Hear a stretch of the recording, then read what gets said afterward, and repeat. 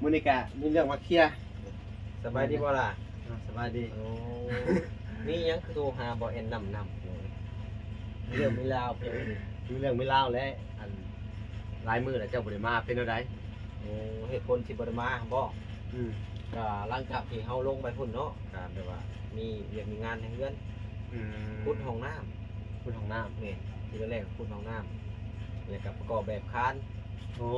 เฮ็ดเฮือนใหม่ เฮ็ดห้องน้ำยังบ่มีห้องน้ำก็เลยขุดพอดีเป็น3มื้อนะทางขุดเนี่ยแล้วก็เอาอ่า โอ้ เอาท่อแบบ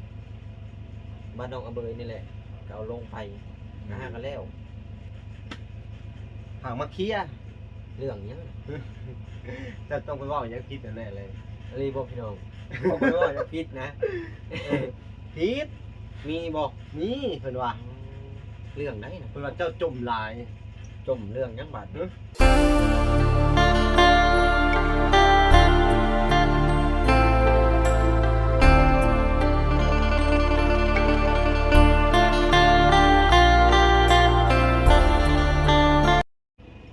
รับสบายดีของพี่น้องเบิร์ดสู่ผู้สู่คนเนาะ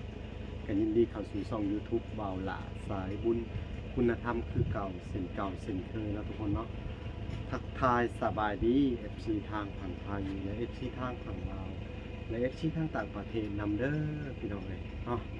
มื้อนี้ก็ มีเรื่องเคลียร์กับอันทางเบาแอนเนาะพี่น้องเนาะก็เพราะว่าอันเรื่องมันก็หลายอย่างอยู่พี่น้องเอ้ยก็มีเรื่องจากมาเคลียร์กับเพิ่นพี่น้องเอ้ยก็บ่ฮู้ว่าเรื่องอีหยังแหละเนาะแต่เฮาอันจังได๋ก็สิได้เคลียร์มื้อนี้เนาะก็ถือว่ามีเรื่องจำเป็นหลายพี่น้องเอ้ยเกี่ยวกับเบาแอนนั่นแหละเนาะว่าสิมีเรื่องหยังแน่เนาะทุกคนเนาะเฮาก็สิให้ทุกคนไปติดตามและรับชมกับเบาหล่าเนาะโอเคเดี๋ยวเราสิไปติดตามกันเลยว่าจะเป็นจังใดโอเค นั่งนี่เนาะพี่น้องมุ้ยวันนั่ง มื้อนี้ก็มีเรื่องมาเคลียร์ สบายดีบ่ล่ะ สบายดี โอ้มีหยังคือโทรหาบ่แอนนำเรื่องมีราวเพิ่น มีเรื่องไม่เล่าแล้วอันหลายมื้อแล้วเจ้าบ่ได้มาเป็นจังได๋ โอ้เหตุผลที่บ่ได้มาบ่ อืม ก็หลังจากที่เฮาลงไปพุ่นเนาะก็แบบว่ามีเวียกมีงานในเฮือน อืม ขุดห้องน้ำ คุณของน้ำ นี่ทีแรกก็ขุดห้องน้ำแล้วก็ประกอบแบบคาน โอ้เฮ็ดเฮือนใหม่ เฮ็ดห้องน้ำยังบ่มีห้องน้ำก็เลยขุดพอดีเป็น3มื้อนะทางขุดเนี่ยแล้วก็เอาอ่า โอ้ เอาท่อแบบบ้านดองอเบยนี่แหละก็เอาลงไปนะฮะก็แล้วก็มีแต่ว่าเอาท่อลงกันทำไว้กระโจเพราะว่ามันบ่มีงบประมาณนะถ้าเราให้ชื่อแห่ชื่อทรายก็บ่แม่นรถละล้านบ่ที่ประมือนี่ โอ้ เททรายนะ ก็เลยหยุด หยุดก่อน ก่อน โอ้ ผมทราบมีเงินมีคำหนึ่งมาประกาศกลางค่ำกลางคืนเนาะเอาอย่าไปรบกวนทางลุงเพิ่นนะเพราะว่าทางบริเวณใช้ของน้ำรวมกันกับเพิ่น โอ้เล่นอย่าได้เป็นของตัวเองก็ ก็ ดี เลย นะ ได้เป็นของตัวเองก็เลยหยุด ก็บ่มีเรื่องหยังดอกผู้ใหญ่เพิ่นฝากมาเคลียร์ เรื่องเนี้ย จะต้องไปเว้าหยังผิดแน่ๆเลย รีบอกพี่น้องบอกไปว่าจะพิษนะ ผิด มีบอก นี่เพิ่นว่า เรื่องไหนนะ เพิ่นว่าเจ้าจมหลาย จมเรื่องยังบาด เอ้อ ผู้บ่จมยังบาดนี่ จมเรื่องอันนี้แหละขาดรถทางทางนั่นแหละเนาะเพิ่นว่าบ่แอนน่ะจมคู่มือมาถ่ายคลิปก็เลยว่า อันไปเคลียร์แหน่ว่ะฝากอันฝากให้เบาหลาไปเคลียร์ให้แหน่ว่ะ เที่ยวบ่ให้บอกแอนมาหรือบอกหรือว่าจังไดบาดนี่ ให้มาแล้วแต่ว่าเราจมหลายว่ะ อืม อืมก็หมูมีหยังดอกเพิ่นก็ผังเงินมาให้ เอามาบอกแอนนี่อันนี้จะบอก อ่าโท กั ษ บบ่ร้ายก็เป็นปัจจัยจากอันแม่จะน้อยเด้อ ความจริงบ่นี่นะ เอ้อ ความจริงบ่นี่นะ เอาว่าบ่หยอกกันซื่อ โอ้หมอหยอกซื่อ เออเนาะเอากะเป็นเรื่องจริงเนาะ เรื่องจริง กะเพิ่นกะเบิ่งคลิปเจ้าเพิ่นว่านี่มันเดินทางมันอย่างไกล ไกลให้แล้ว เ ใกล้แล้วก็ว่าบ่มีค่าน้ำมุกน้ำมันอิหยังรถกระพุ้งกระเพอิหยังประมาณนี้ มา เนาะ เมื่อเช้า1กระเพได้ เพ็กเลย เบิด3,500,000 เอ้า เปลี่ยนเบิดใส่นอกใส่ในมาฮอดครัวเซซ้ำซอยนี่ โอ้ พลานนี่ เอ้าก็ดีแล้วสักก็ได้เอาเงินไปใส่นอกใส่ในแล้วมันเนาะ โดย เอาพี่น้องก็เป็นเงินปัจจัยทางอันแม่น้อยแม่จันน้อยเพิ่นเนาะฝากมาให้ทางเบาแอนมาละกะอันจะได้มอบให้เพิ่นเลยเด้อ เนาะ จะได้มอบในมื้อนี้แหละเนาะก็ถือว่าต้องขอบคุณทางอัน โดยมาขอบคุณเพิ่นคือกันเนาะ จันน้อยเนาะที่ว่าเห็นเพิ่นจุ่มหลาย แต่บ่มีอีได้พี่น้องเอ้ย เอ้า ตัวอย่างบ่แอนจำกับบ้าน3มื้อเลยก็ถ้าขึ้นมาพี่กับพักประมาณมื้อ1 2มื้อนี่แหละก็จะมาอีกเนาะ อ๋อหลายแท้ ร้อยหนึง 100 อื โอ้ ม หลายเลยพี่น้องนี่น่ะแต่บ่เคยได้สิได้พี่น้องเอ้ยครั้งแรกๆเลยได้ที่มีอันผู้ใหญ่มาเซอร์ไพรส์อยู่ที่เนี่ย เออ ตั้งแต่เห็นคลิปมานี่เทื่อแรกเนาะพี่น้องที่ได้แบบนี้นะ เหรอดีใจอยู่บ่ ดีใจและกุเช่นได้นี่ เออ บ่เคยได้เงินแบบนี้จักเทื่อพี่น้องว่าออกจากใจเลย เนาะ นอกจากว่าเฮาหาถ่ายคลิปเฮาได้จากยอดวิวคือว่ายอดวิวก็บ่แม่นว่าสิได้หลายเนาะบ่ล่ะเนาะก็คือการเฮ็ดคลิปนี่ก็บ่แม่นสิได้หลายได้ มันต้องขยันลงคลิปพี่น้อง ต้องขยันลงคลิปตลอด ขยั เวน ล ลาง คลิปแล้วก็ถ้าเฮาลงมื้อหนึงอัน10คลิปหรือว่า5คลิปขึ้นไปนี่ อืม ก็ถือว่ามันก็มีเปอร์เซ็นต์จะได้อยู่ นี่ นะ แม่น แต่ว่าเวลานี่ลงคลิปบ่ทันยอมรับว่าบ่ทันเพราะว่าอันอุปกรณ์การถ่ายก็อันเดียวเนาะ แม่นเพราะว่าเฮาก็มีโทรศัพท์มือเดียว อัน ก็ เดีย คือ ว บ่แอนนี่ก็ มัน โทร ฮ้ ศั อ พท์ น มือเดียว แล้วไปครับเมื่อวานนี่ก็โทรศัพท์ทางเวลาก็ตกแน่ตกมันล้าวยังถ่ายยากมันแน่ก็เลยว่าบางเทื่อก็เป็นภาพสั้นภาพหยังเนาะ แม่นก็คือบ่แอนนี่ก็ยังหลับหนี่แล้วยังบ่ได้วิทย์ได้นี่โทรศัพท์หากก็ใช้เพิ่นไป 6,000เพราะว่าบ่แอนซื้อโทรศัพท์นี่15,000 บาท อืม ก็เลยอันรับเงินทั้งเพิ่นพอดเอาคันว่าบ่มีโทรศัพท์ก็นี่แหละมันจำเป็นเนาะในการอันใช้งานของเฮาเด้เพราะว่าเพื่อที่ได้อยู่นี่ก็ว่าต้องบ่แม่นของง่ายๆโทรศัพท์ 15,000 แม่น แต่สำหรับคนอื่นเนาะ15,000นี่อาจจะเป็นสิ่งเล็กๆน้อยๆเนาะแต่สำหรับเฮานี่ป้าดโตเฮ็ดคลิปมานี่ยังบ่เคยได้เดือนละ15,000จักเทื่อ สู้ต่อไป สู้อยู่ ทางเวลาก็บางมื้อก็ได้ลงคลิปแน่บางมื้อก็บ่ได้ลงกับมันก็อุปสรรคในการถ่ายคลิปคือว่าแหละเนาะมันก็อุปกรณ์เครื่องเดียวเนาะก็ยากๆใน แม่ แต่จังได๋ก็มื้อนี้ก็ได้ไปเอาปัจจัยมาให้ทางเบาแอนแหละเด้อแม่เอ้ยทางแม่จันเพิ่นเนาะลูกก็ได้ทำตามจุดประสงค์ของเจ้าแล้วเนาะขอบคุณขอบคุณเนาะทางแม่จันเนาะแล้วก็ครอบครัวของเพิ่นเนาะก็ขอให้เพิ่นจงมีสุขอนามัยที่แข็งแรงเนาะขอให้คุณพระคุณเจ้า คุณพระรัตนตรัยแล้วก็เทวดาคุ้มครองเด้อแม่เด้อขอให้อายุมันขวัญยืนเด้อความเจ็บอย่าได้ความไข้อย่ามีเด้อแม่จันเด้อเนาะทั้งลูกก็ได้เฮ็ดตามจุดประสงค์เจ้าแล้วเด้อ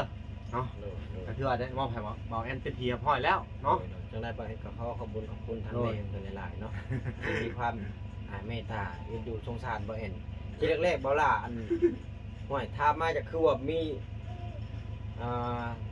เรียกมีงานคือหยอกเป็นโทษอะไรว่าให้มาด่วนอ้าว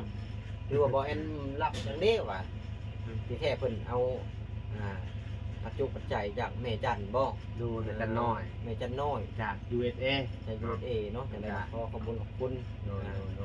ทั้งแม่เพิ่นหลายๆเนาะที่มีความเมตตาเอ็นดูสงสารบ่เอ็นเนาะ โดย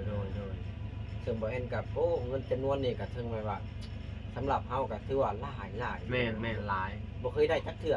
ครั้งแรกเนาะที่มีอันผู้ใหญ่แบบว่าส่งมาเซอร์ไพรส์แบบนี้ก็แม่นว่าโอ้ต่อเติมชีวิตไปได้อีกหลายมื้ออันนี้นะ แม่น หลายเติมเนาะพี่น้องเนาะจังได๋ก็ขอขอบคุณทั้งแม่หลายๆขอให้เพิ่นอยู่ดีมีแฮงความเจ็บบ่ให้ได้ความไข้บ่มีปรารถนาสิ่งใดก็ขอให้ได้สิ่งนั้นทำดังมโนหวังเนาะอันตรายอย่ามาผ่านม่านอย่ามาใกล้ ขอให้หน้าที่การงานของแม่มีแต่ความเจริญรุ่งเรืองในครอบครัวเพิ่นก็ขอให้ตลอดปลอดภัยเบิดสุขสุขคนอะไรเนาะ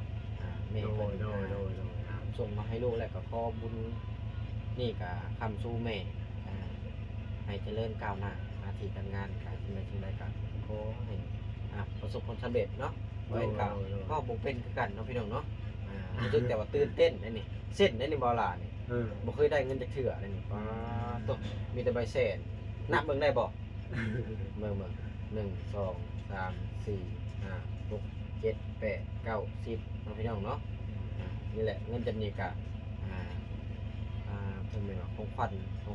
อันมีค่า แม่น อันมีของขวัญอันมีค่าทางใจนะพี่น้องเนาะบ่เคยได้จักเทื่อรู้สึกตื่นเต้นเห็นเงินแรกๆนะพี่น้องเนาะ2 ล้านบ่แม่นของน้อยๆได้เนาะพี่น้องเนาะอันนี้ก็เนาะส่วนที่เหลือก็จะช่วยกันไปหั่นแหละเนาะจังได๋ก็ขอบคุณแม่เพิ่นอีกเทื่อหนึงเนาะแล้วก็ขอบคุณทางเบาหล่านำเนาะ โดย ที่แรกนี่ตกใจเด้โอ้ตกใจว่าเบาหล่ามีเรื่องอีหยังอันนี้โทรมาเนาะบ่ได้ฮู้เด้เพราะหากะเมื่อบ้านมากะ3 วันเลยเนาะบ่แม่นมื้อเนาะตั้งแต่มื้อที่เฮาถมดินพุ่นแหละก็ได้นี่ก็โอ้แล้วดีไซน์2รถก็ได้กันเป็นชื่อดีไซน์กันนี่ ดีเอาไปซื้อในแนวที่จะเป็นเด้อ แม่นจะเป็นแฮง ก็เฮ็ดในแนวที่เฮาอยากได้ อยากได้ก็ชุดก็คือห้องน้ำ แม่น ห้องน้ำนี่ไปว่ายามฝนตกนะครับว่าตกเพิ่นจะไปเข้าเฮือนเพิ่น อืม ก็ถ้าถามว่าเข้าได้บ่เฮือนเพิ่นก็เข้าได้เนาะได้มันก็บ่คักนั่นแหละมันบ่แม่นของตัวเองก็ยกตัวอย่างว่าเฮาเอารถหมู่ไปใช้น้ำมันให้หมู่นี่ก็ยัง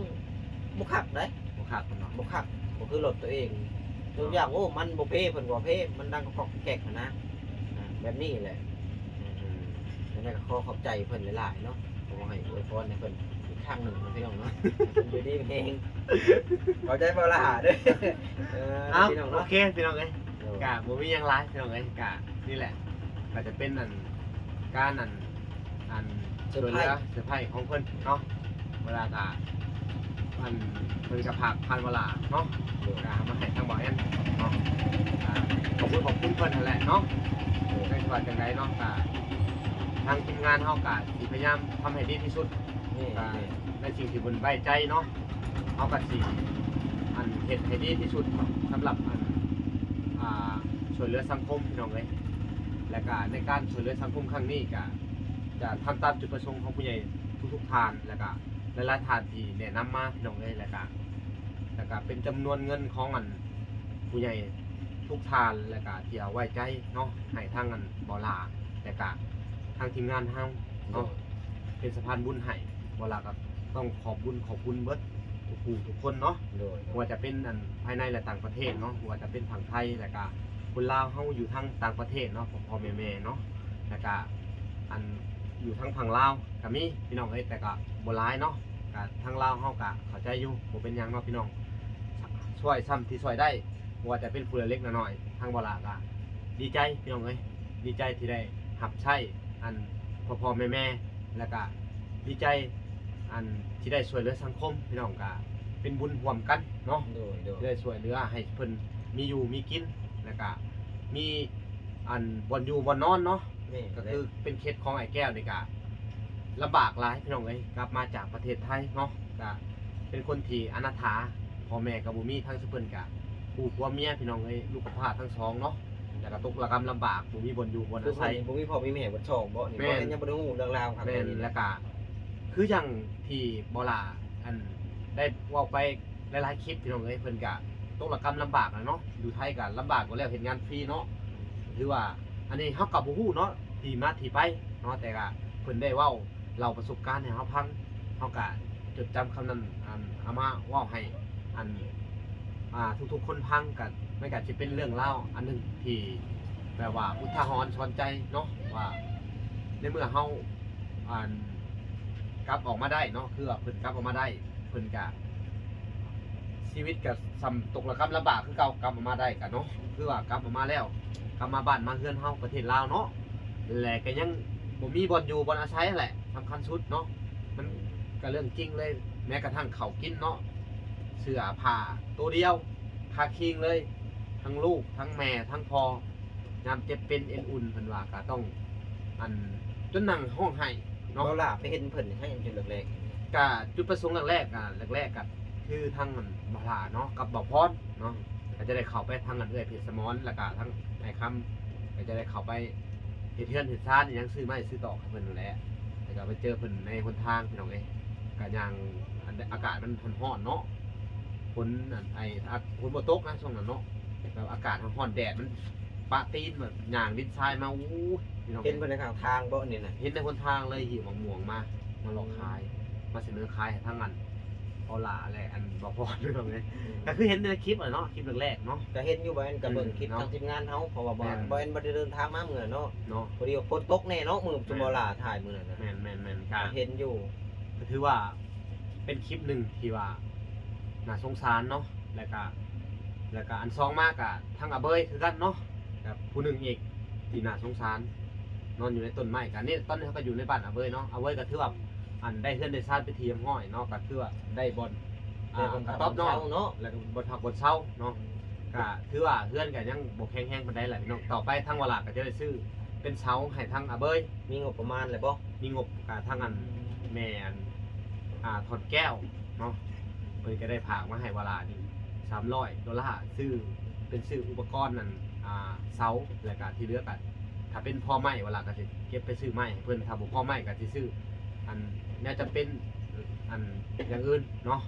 พี่น้อง ก็คืออันงบประมาณของน้ำนี่กระทั่งบ่ล่าบ่เห็นอยู่เท่าใด ก็งบประมาณอันนี้ก็เป็นทางอันน่าจะเป็นแม่ทางอันอาเบยเองอะไรเนาะแม่หักเพิ่นเนาะก็อยู่ทางอันเมืองนอกเมืองนาแหละก็ต้องขอบคุณเพิ่นเนาะที่เอ็นดูเมตตาทางอาเบยทางเวลาก็จะพยายามทำให้ดีที่สุดเนาะในเรื่องบางสิ่งบางอย่างที่เวลาเฮ็ดได้เนาะแต่บางสิ่งบางอย่างที่เฮาเฮ็ดบ่ได้เนาะเฮาก็เบิดกำลังของเฮาก็บ่สามารถเฮ็ดได้ก็ต้องขอโทษขออภัยนำทุกท่านแล้วก็ FC เบิดทุกผู้ทุกคนเนาะก็ถือว่าเวลาทำดีที่สุดอันทันทีเฮ็ดได้เนาะบ่ แม่ แม่น นสันติเฮ็ดได้เนาะ แม่ ถ้าว่าผิดพลาดประการใดก็ขอโทษขออภัยนำ โดยเนาะ พี่น้อง FC ไว้ลวงหน้าเนาะ แม่น เรื่อง แม่น มาที่เป็นเรื่องคำเมาบ่ซองมากันนี่แหละการ แม่น ทำภารกิจนี่ถ้าว่ามันบ่คับคนใดก็ขอโทษขออภัยนำเด้อ เพราะว่าอันจุดประสงค์ของหลายๆท่านหรือว่าจุดประสงค์ของเจ้าของเงินเนาะ เดี๋ยว เพิ่นก็แนะนำให้เฮ็ดแบบนั้นแบบนี้เนาะ เดี๋ยว แต่ทางบ่ล่ะก็จะได้ทำตามจุดประสงค์ของมันเจ้าของเงินพี่น้องเอ้ยเนาะเวลาเฮ็ดเฮ็ดบนนั้นบนนี้นะพี่น้องเอ้ยแต่ประกาศสิมีFC เพิ่นก็บางคนก็ตีชมเข้ามาก็บ่เป็นหยังพี่น้องเอ้ยบอกกันได้เนาะแต่บอกกันกับเวลาก็สินำไปปรับปรุงในบางสิ่งบางอย่างที่บกพร่องเนาะ ในกิริยามารยาทการเว้าเนาะ เนาะก็คือว่าการเว้านี่ก็มันก็ถามว่าเว้าเป็นบ่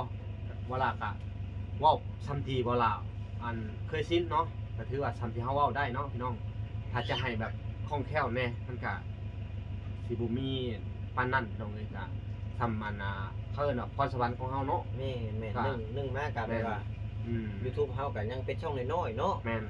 ผู้ติดตามก็ยังบ่หลายเลยก็เฮาก็ยังบ่เคยผ่านประสบการณ์ตัวนี้มาหลาย แม่น ก่อนนะ ก็ต้องผิดพลาดประการใดก็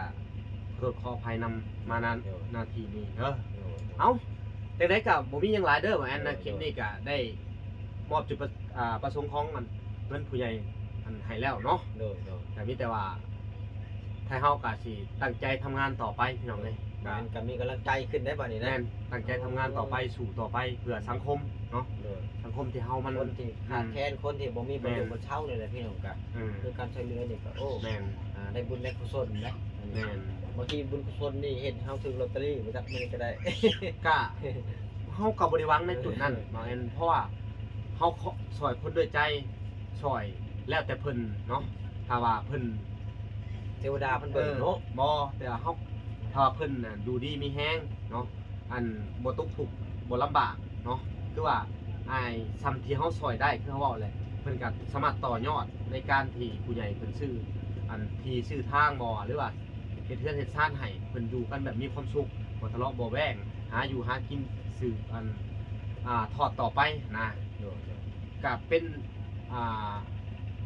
สิ่งที่แบบบ่ล่ะเห็นแหละคือภูมิใจน่ะนั่นแหละคือความสุขของบ่ล่ะเนาะ และก็บ่ได้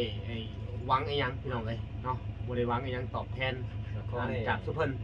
มีแต่ว่า มีประโยชน์บ่เช่าเนาะ แม่นดีกว่า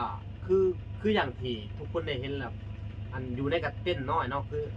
ไอ้แก้วกับฝนตกมากอ่ะแทบจะบ่ได้อยู่บนเช้าพายุมากกับพัดหนี้มันเลยทางบ่ลากนี่แหละจะได้ช่วยเหลือเพิ่นใน ในเรื่องนี้แหละคือเพื่อนซ่านเนาะก็คือกระต๊อบน้อยเพิ่นก็เฮาก็เฮ็ดให้เป็นทีห้อยแล้วเนาะก็เหลือแต่ปัจจัยเนาะงบทั้งอันบ่ละก็ซันที่มีก็บ่หลายดอกพี่น้องไม่ มี เคย แล้ว ต ก็ ก อัน อยู่ อันเห็นเดือนของแก้วนะ ก็สิมีแต่เป็นเสาพี่น้องเอ้ยแต่เสาถ้าพยายามเพิ่มเติมเป็นไม้เส้นไม้หยังหั่นนะ บางทีอันผู้ใหญ่ทางบ่อนมีเด้บางทีเพิ่นเห็นคลิปเนาะก็ไล่เพิ่นทางในบ่ขาดนี่ ก็ทั้งบ่ละงบประมาณนี่ก็ มีแต่เศร้า เสาเวลาสั่งเป็นเสาเพื่อนตั้งแต่ว่าทั้งอันบ่เอาเว้ยนี่คือกันอีกพี่น้องเอ้ยเนาะก็สั่งเป็นเสาดินถ้า เบิ เบิ ด ด ดีทางเทิงเลยเป็นไม้เนาะ เบิดงบ300ก็คือว่าเบิดแล้วทั้งอันบ่เอาเว้ยเนาะก็คือว่าบ่มีหยังถ้าอยากเพิ่มเติมอีกก็ได้พี่น้องเอ้ยมาช่วยเหลือเอาเว้ยแล้วก็ทั้งอันเบาแก้วกับเป็นเสาคือเก่าพี่น้องเอ้ยก็งบกับประมาณ300คือกันเนาะก็มีทั้งสองฐานทั้งอันแม่แก้วเนาะแม่แก้วที่ว่าเพิ่นสวยเรือมาทั้งโมลาแล้วก็ทั้งเมตู้น้ำแน่แล้วก็ทั้งเมอันด้านน้อยเนาะเพิ่นก็ได้สวยในเรื่องซื้อไม้นี่แหละกาที่เป็นจำนวนเงินอยู่อันทั้งแม่แก้วนี่ก็แม่ทองแก้วนี่ก็สิถึงอยู่200แม่ด้านน้อยสิถึงอยู่อัน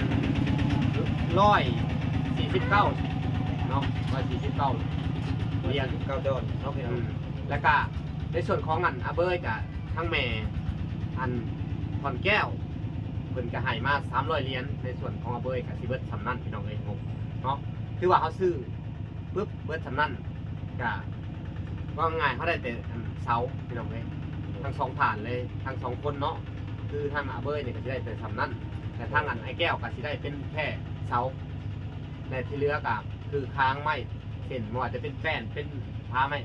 พาแอมพายังกับบุมีสังกะสุงกะซีกับบุมีพี่น้องเลยพาอยากเพิ่มเติมในจุดนี้เนาะ สังกะสีเนาะ กะ แล้วก็ไม้เช่นเนาะ แม่น แล้วก็เสาต่อบ่ โดยยังขาดหลายอย่าง ยังขาดหลายอย่างอยู่พี่น้องพาอยากเพิ่มเติมมาเนาะ คนใดอยาก อืม สมทบทุนเพิ่มเติมหรือว่าอยากซอยเรือทางครอบครัวคนทุกข์คนยากก็ทางเราก็ยินดีสิเป็นสะพานบุญให้เนาะ โดย ติดต่อมาได้ในทุกทีมงานเนี่ยเลยพี่น้อง เนาะ หาคนใดก็ได้นะพี่น้อง โดยเฮากับบ่ว่าน้องพี่น้องเนาะ ก็ถือว่าเป็นการสวยๆกันไปพี่น้องเลยทางวลากะจะทุ่มแห้งทุ่มใจแหละมาอ่านผลักดันแหละก็มาถ่ายคลิปแหละเห็นเป็นคลิปให้ทุกคนและผู้ใหญ่ใจดีทุกท่านเบิ่งเนาะ โดย แล้วก็โปรดติดตามกันต่อไปพี่น้องเลยว่าเรื่องราวของสเปิร์จะเป็นอย่างไรต่อเนาะ โดย คือว่ากดไลค์กดแชร์กดติดตามไว้เนาะเพื่อเป็นกำลังใจให้ทางทีมงานแหละอัน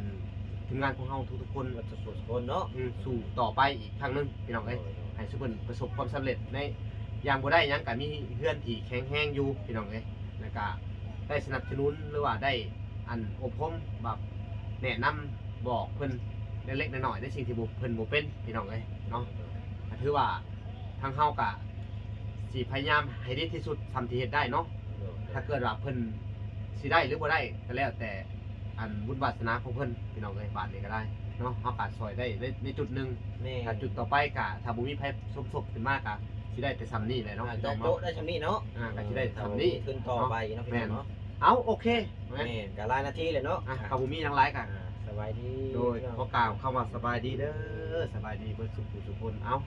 จบคลิปพี่น้องเอ้ย